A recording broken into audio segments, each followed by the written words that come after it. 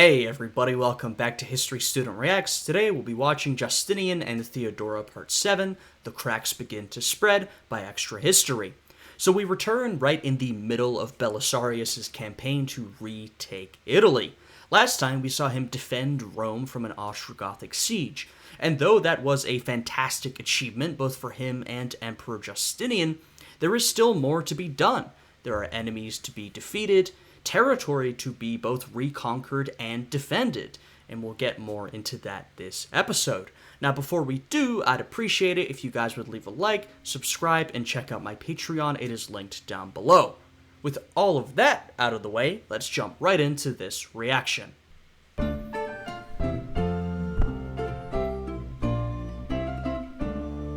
Last we left off, Belisarius had finally broken the siege of Rome. Reinforcements had arrived. The Ostrogoths had fallen back to northern Italy to prepare a last defense for Ravenna. And Ravenna, by the way, had been the capital of the Western Roman Empire during sort of its decline. We've talked about this in prior episodes. As the empire became more chaotic and struggled to keep itself together, Rome was not so effective as a capital. They wanted a capital that was easier to defend and closer to the provinces.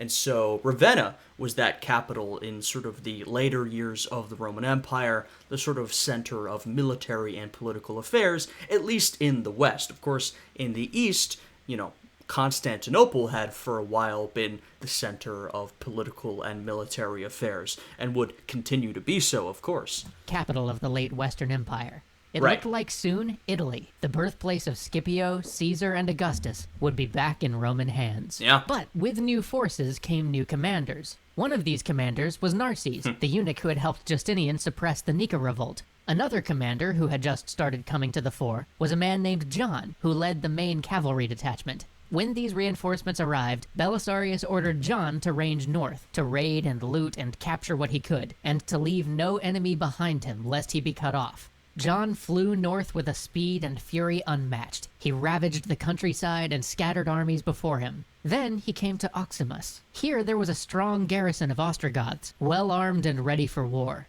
He decided that his cavalry was not the proper tool for such a siege, and passed by this city on his way north. Then again, at Urbinus he did the same. But when he came to Ariminum, the Roman population threw open the gates, and seeing their defense lost, the Ostrogothic garrison fled. Which is great. I mean, John is flying north. The problem is, and we talked about this as Belisarius made his way up Italy, it's not very wise to leave fully defended enemy forts in your rear, because they can attack you, right? That was one of the big problems Belisarius was facing, is that he didn't have enough men, but he couldn't just leave these enemy forts, behind him. He had to take them as he went. John, on the other hand, not a care in the world. He's just going forward. So John, knowing that Ariminum lay only a day's march from Ravenna, seized the opportunity and took the town, hoping that it would force much of the Ostrogothic army in the field to withdraw to their capital. And this it did, for the most part. But as the Ostrogothic forces retreated north, they strengthened their garrisons at the towns that John had left behind. So Belisarius sent swift... John is essentially leaving himself in a position to be surrounded. messengers with word to John to abandon the town and besieged of Ariminum and rejoin the main Byzantine force. But John refused. And by twice not heeding Belisarius' orders, first by leaving uncaptured towns behind him, and then again by refusing Belisarius' direct order now, he found himself cut off, surrounded, and besieged. And I don't want to be premature, because this is going to be a topic of this video and beyond, but the insubordination of John is sort of a sign of something more that's going to come, which is Belisarius is going to start having some issues with these other commanders that have been sent. And this, there is just blatant insubordination, but at a deeper level, and we're going to get more into this, it relates to something we've talked about before, which is that sort of distrust Justinian has for Belisarius. Justinian, even though Belisarius, well, frankly, because Belisarius has all these great achievements that he has done on behalf of his emperor, Justinian is getting a little nervous that Belisarius is getting a little too popular, a little too powerful, and he doesn't want to just hand him more power. In fact, he wants to kind of put a limiter on Belisarius. So that's going to be, keep an eye out for that, because that's a problem we're going to be dealing with definitely in this campaign. At Firmum, Belisarius called a council of war. All his generals assembled. He laid out his plan. They would take a cautious approach north. It was tragic, but he would not risk the whole army to save John from his insubordination. For the most part, the generals murmured in agreement. But then, in the back, Narses stood up. With a wave of his hand, he said that John could be dealt with later if they were to relieve the city, but the loss of 2,000 of their best cavalry without a fight would be an unconscionable failure of command. Just then, a ragged horseman burst into the council tent. Having clearly ridden hours on end, he unsteadily stumbled toward Belisarius and handed him a letter. It was from John. His forces were on the brink of starvation. They could last 7 more days, and then they would have to surrender. Reluctantly, Belisarius agreed to Narses' plan. They would relieve Ariminum. The eunuch smiled. John was his friend, or at least his political ally. Wheels were turning out of Belisarius' control.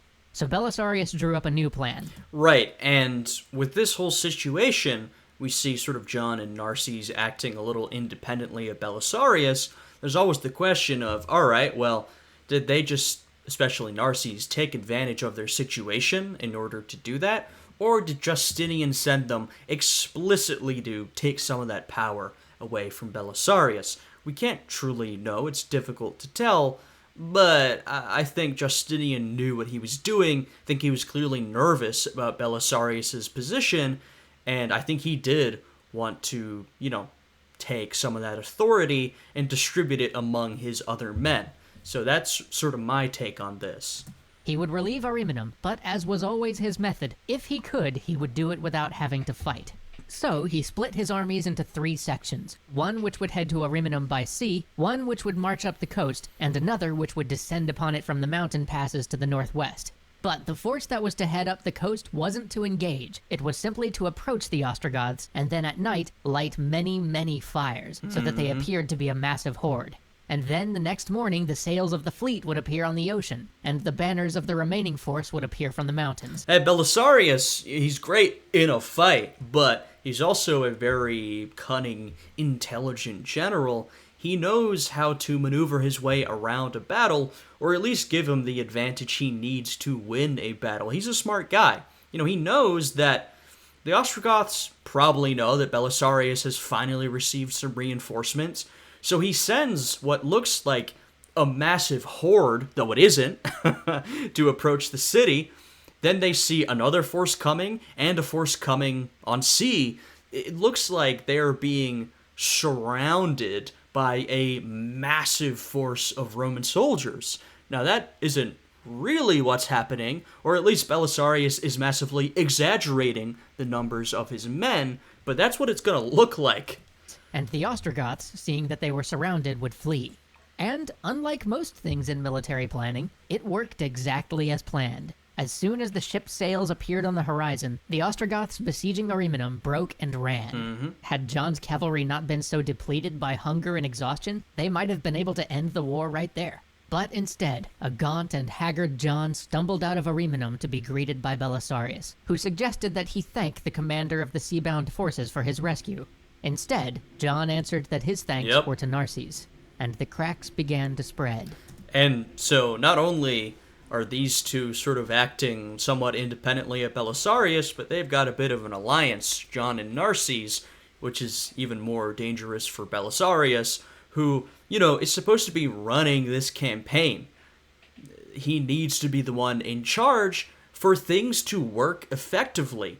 Now, that does involve handing him a lot of power and authority, which is what Justinian is nervous about. But Justinian sent him out there in the first place, and in order to, as I said, act effectively, he needs that kind of authority. Narses and And he's obviously the man for the job. Belisarius is the most talented general Justinian has. Belisarius disagreed on the strategy. Much of the original army was loyal to Belisarius, as he had seen them through so much. But a great number of the new troops saw Narses as their commander. After all, as they saw it, without him they would have lost Ariminum, John, and the 2,000 men with him, when instead they had easily driven the Ostrogoths back without a fight. Didn't this clearly show that Narses knew what he was doing? Besides, Narses controlled their pay. All of this finally came to a head around Mediolanum. Even though it was, Belisarius who had orchestrated that rescue. Mediolanum was the second richest city in Italy. Yeah. It had supported the Roman cause, and now it was under siege by the... Mediolanum is another one of those cities that it had been an important city, but it had grown in importance in the late Roman Empire, the late Western Roman Empire, as the city of Rome fell into decline. nephew of Vitiges.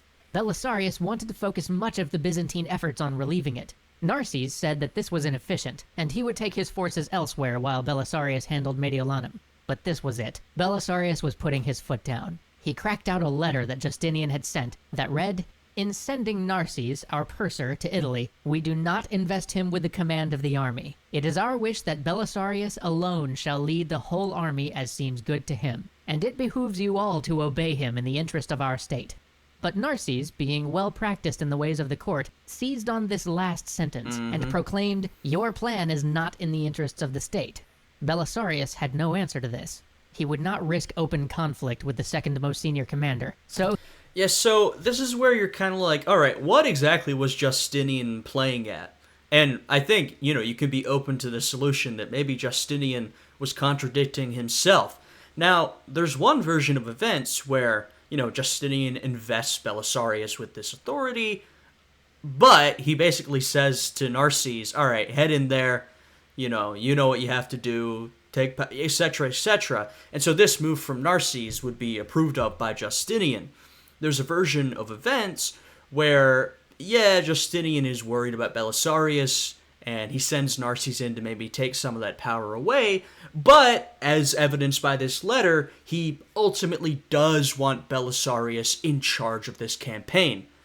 There's another version where Justinian is legitimately contradicting himself. He is worried about Belisarius gaining too much power. He wants Narses to go in and take it away, but maybe he's also like, all right, but Belisarius is the best guy I've got. We don't know what was going through his head. We don't really know what his intentions were. You can sort of decide on that yourself. I think it's pretty clear that Belisarius was the best guy for the job, and I think Justinian knew that. It's also clear to me that Justinian was worried about Belisarius gaining too much authority.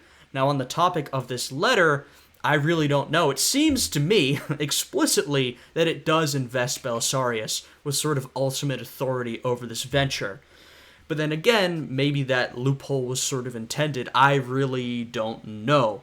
It's hard to tell here if Narses is acting, in Justinian's interest, essentially, or, doing what Justinian wants, or if he is sort of slipping behind his back and acting in his own interest. I don't know. That is what is kind of unclear to me, in this moment in particular, with this letter. He consented to march with Narses and John to take Urbinus and secure the road to Ariminum before relieving Mediolanum. And so the three armies marched, theoretically united but very much a tripartite force, with different commanders at its head. And when they finally got to Urbinus, they set up 3 separate camps. Shortly after reaching Urbinus, even though coming here had been Narses' idea in the first place, both John and Narses decided that it was impregnable and took off. Narses headed to Ariminum to threaten the Ostrogothic capital, and John charged off into the countryside to make short work of Forum Cornelii and collapse another Ostrogothic province. But Belisarius stayed, and with that remarkable Belisarian luck, in this town which every other commander had said was impregnable, a town that was so well supplied and so well defended, suddenly, and for no explicable reason, the town's spring, their only source of water, ran dry. Without water... As we've said, with those great generals like Belisarius throughout history, you need skill and competence and leadership and all that kind of stuff. You also need a good deal of luck. Luck is going to get you a long way. The defenders surrendered to Belisarius in a matter of days. But the siege of Mediolanum was getting worse. A force of 10,000 Burgundian warriors had crossed the Alps to join the Ostrogoths. This was far too much for the beleaguered Byzantine garrison to handle. Belisarius sent out a force to relieve the garrison, but when they saw the size of the opposing army, they stopped in their tracks and just stayed there outside the city. One night, a messenger from the commander in Mediolanum braved enemy lines and reached the relieving force asking for help, which they promised right away, but still, they didn't move. Finally, the relieving army asked for reinforcements. They asked that they be sent John's forces, which were in a neighboring province. Belisarius agreed and sent the order to John right away, telling him to come assist the relieving army in repelling the siege. But John refused. See, this is the problem when you don't have a unified command, is that they're like, all right, why don't you have John come and relieve us? Belisarius, great idea. John, why don't you go do that? John's just like, nah, I'm not doing that. We're seeing all the issues with having, just the classic issues with having sort of split command over a campaign. It usually doesn't work that well. This is why you need sort of one unified command. You can think of, many examples. I went to World War II for some reason, where even though the Allied countries had issues with each other, they still had a sort of joint command that tried to work in a unified manner. Even when there's issues, militarily you need to act as one. And that is not happening here. You also see the issue with your top general being undermined by these other guys. He would not obey the order unless it was countersigned by Narses. So, exasperated, Belisarius wrote to Narses to sign the order, which he did without hesitation, as clearly Mediolanum needed to be relieved. But then John fell ill, or at least appeared to, and the relief effort was delayed again. Reduced to eating dogs and mice, the forces of Mediolanum were in dire... Yeah, to be clear, I don't know about John. He seems like a bit of a fool. I don't think that Narses was like an idiot or anything. Clearly, we've seen him in past episodes. He was a competent guy. He was a bit of a backrooms dealer, but he was also, not on the same page as Belisarius, looking out for either himself or, the sort of implicit goals of Justinian. I don't know.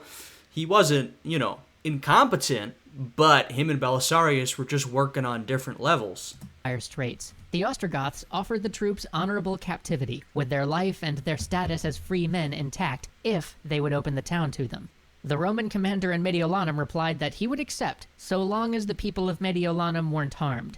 But the Ostrogoths made no secret of the savage vengeance they wished to wreak on this town that had so quickly embraced the Romans.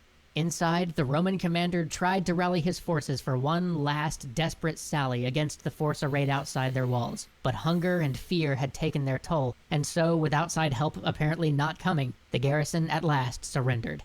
Days later, the relief force finally arrived. Yikes. They had seen dark smoke from the road. As they approached, all was quiet except for the crows. The walls were rubble in places. The great gate stood open. As they walked through, they were greeted with a sight of horror. Bodies and ash as far as the eye can see. Bodies in numbers unfathomable. Tens, maybe hundreds of thousands, laying in the black soot. Every man in the city had been slaughtered. Every woman and child had been dragged off as a slave. Then the Ostrogoths had put the town to the torch, and nothing of it remained. Amongst the rubble they found the body of Reparatus, the Praetorian prefect of Italy, and the brother of the Pope.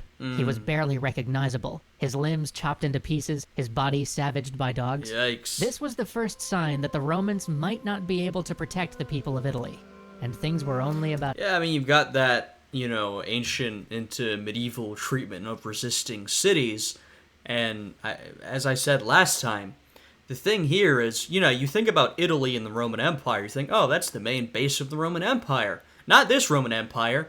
This is the Eastern Roman Empire under Justinian. It is centered around Constantinople.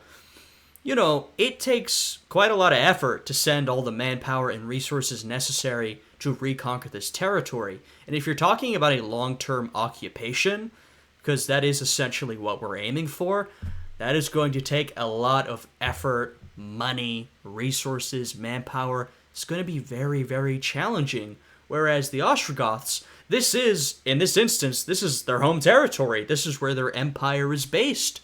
So it's easier for them to round up reinforcements and supplies, though they are being pushed out of their own territory, so maybe the supplies will be an issue. The point is that if you want to control this territory for a long period of time, it's going to be very difficult for the Eastern Roman Empire to manage that. It's going to take a lot of resources and effort that they may not necessarily have, especially in the long term. About to get worse. Okay, there you go. That was the end right there. So, this campaign, it's very up and down. You have, the triumphal reconquest of a lot of Roman territory right in the heartland of the United Roman Empire. I mean, that's very impressive. That is quite the achievement for Belisarius and Justinian. But it's coming at a cost, and that cost sort of multiplies in the long term. So you've got, if you're the one running this occupation, or if you're Justinian who's the one making the decisions, you've got some things to think about. How practical really is this reconquest? Will it last in the long term? Or will we keep getting attacked on all sides by our enemies, and will the territory be whittled away? No spoilers, but So yeah, ups and downs, challenges, successes. That's how this campaign goes. Another great episode. I hope you guys enjoyed this one. And if you did, I'd appreciate it if you'd leave a like, subscribe, and check out my Patreon. It is linked down below. Now, I hope you guys are all having a good day today, and I'll see you all again next time. Goodbye.